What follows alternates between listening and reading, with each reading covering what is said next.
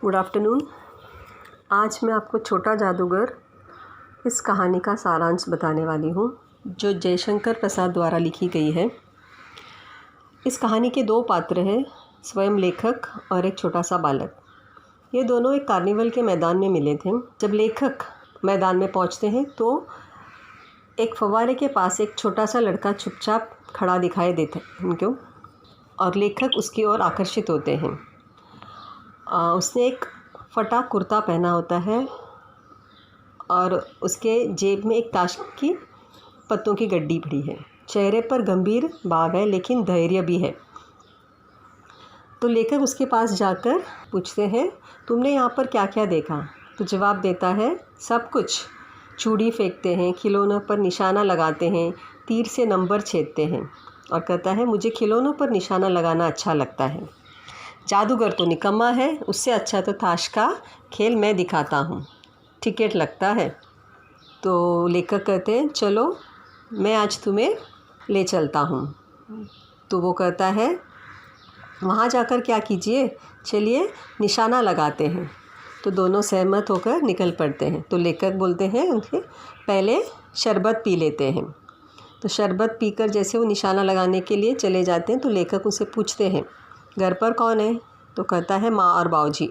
बाऊजी तो जेल में हैं।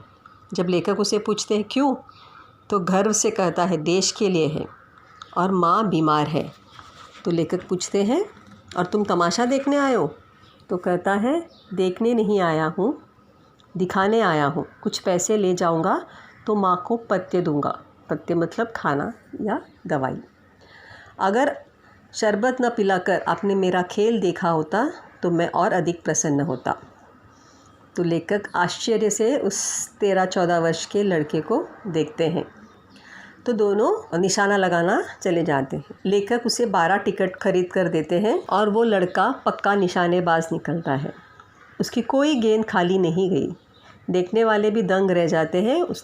वह 12 खिलौने बटोर लेता है, लेकिन उठाएगा कैसा?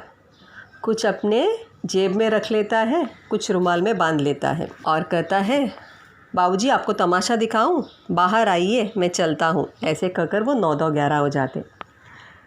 लेखक को लगता है, कैसा लड़का है, इतनी जल्दी आंखें बदल गई। और वो वहीं पर घूमने लगते हैं। थोड़ी देर बाद उनको आवाज़ सुनाई देता है, बाबूजी बाबूजी।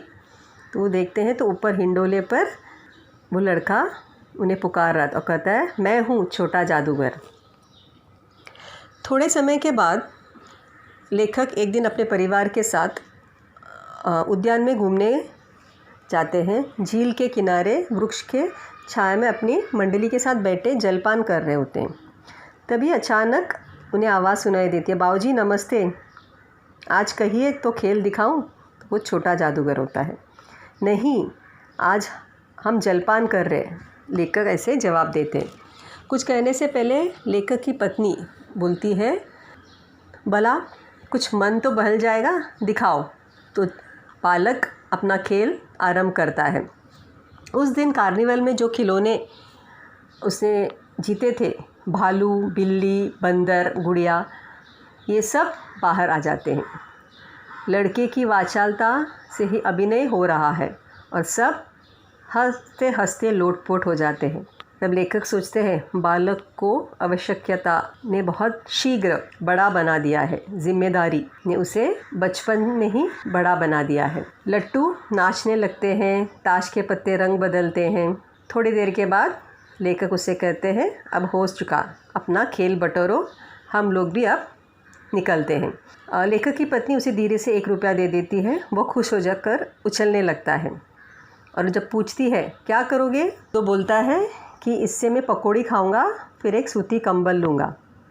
जब लेखक उसे लड़के कहकर पुकारते हैं तो बोलता है, छोटा जादूगर कहिए, यही मेरा नाम है, इसी से मेरी जीविका चलती है, मतलब हमारा लाइवलीहुड या हमारा घर चलता है। जब वो बोलता है कि मैं इसे पकौड़ी खाऊंगा या सूती कंबल लूँगा तो लेखक को थोड़ा क्रोध आता है, लेकिन वो सोचने लगते हैं कि वो कितना स्वार्थी है। बालक के 1 रुपये जीतने पर उन्हें ईर्ष्या होने लगी है, जलन होने लगी है। वो वहाँ से निकल जाता है। लेखक का परिवार वहीं घूमने लगते हैं। फिर थोड़ी देर के बाद वो लोग सब मोटर गाड़ी में बैठकर घर की ओर निकलते हैं। रास्ते पर उन्हें छोटा जादूगर दिखाई देता है, एक झोपड़ी के बाहर, कंबल कंधे पर डाले हुए। लेखक अपनी गाड़ी रोकते हैं और पूछते हैं, तुम यहाँ? तो बोलते हैं, मेरी माँ यहीं है ना, अब उसे अस्पताल वालों ने निकाल दिया है। अंदर चले जाते हैं और देखते हैं कि स्त्री वहाँ पर लेटी है और काँप रही है। छोटे जादूगर ने उसके ऊपर एक कंबल डाला है और वो उसे सिमटा हुआ है। लेखक की आंखों से आंसू बहने लगते हैं। काफ़ी दिन के बाद लेखक वापस अपने ऑफिस के लिए निकल पड़ते हैं। तो उन्हें लगता है कि मैं आज उस बगीचे के वहाँ से निकलता हूँ, शायद मुझे जादूगर भी दिखाई दे। तो वह उस दिन अकेले ही निकल पड़ते हैं। 10 बज चुके होते हैं और सड़क के किनारे एक कपड़े पर छोटा जादूगर अपना रंगमंच सजाया हुआ उन्हें दिखाई देता है। वो मोटर रोकते हैं और उतर जाते हैं।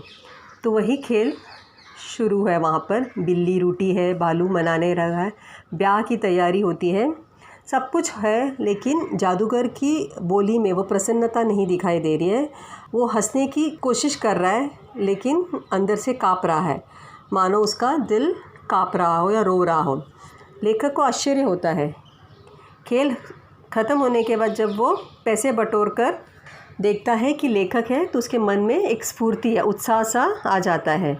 लेखक उसके पीठ थपथपाते हैं और बोलते हैं कि आज तुम्हारा खेल नहीं जमा, क्यों?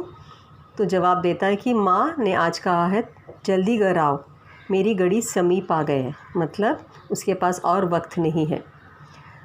तो लेखक वापस क्रोध में पूछते हैं, और तुम यहाँ पर आए हो खेल दिखाने के लिए?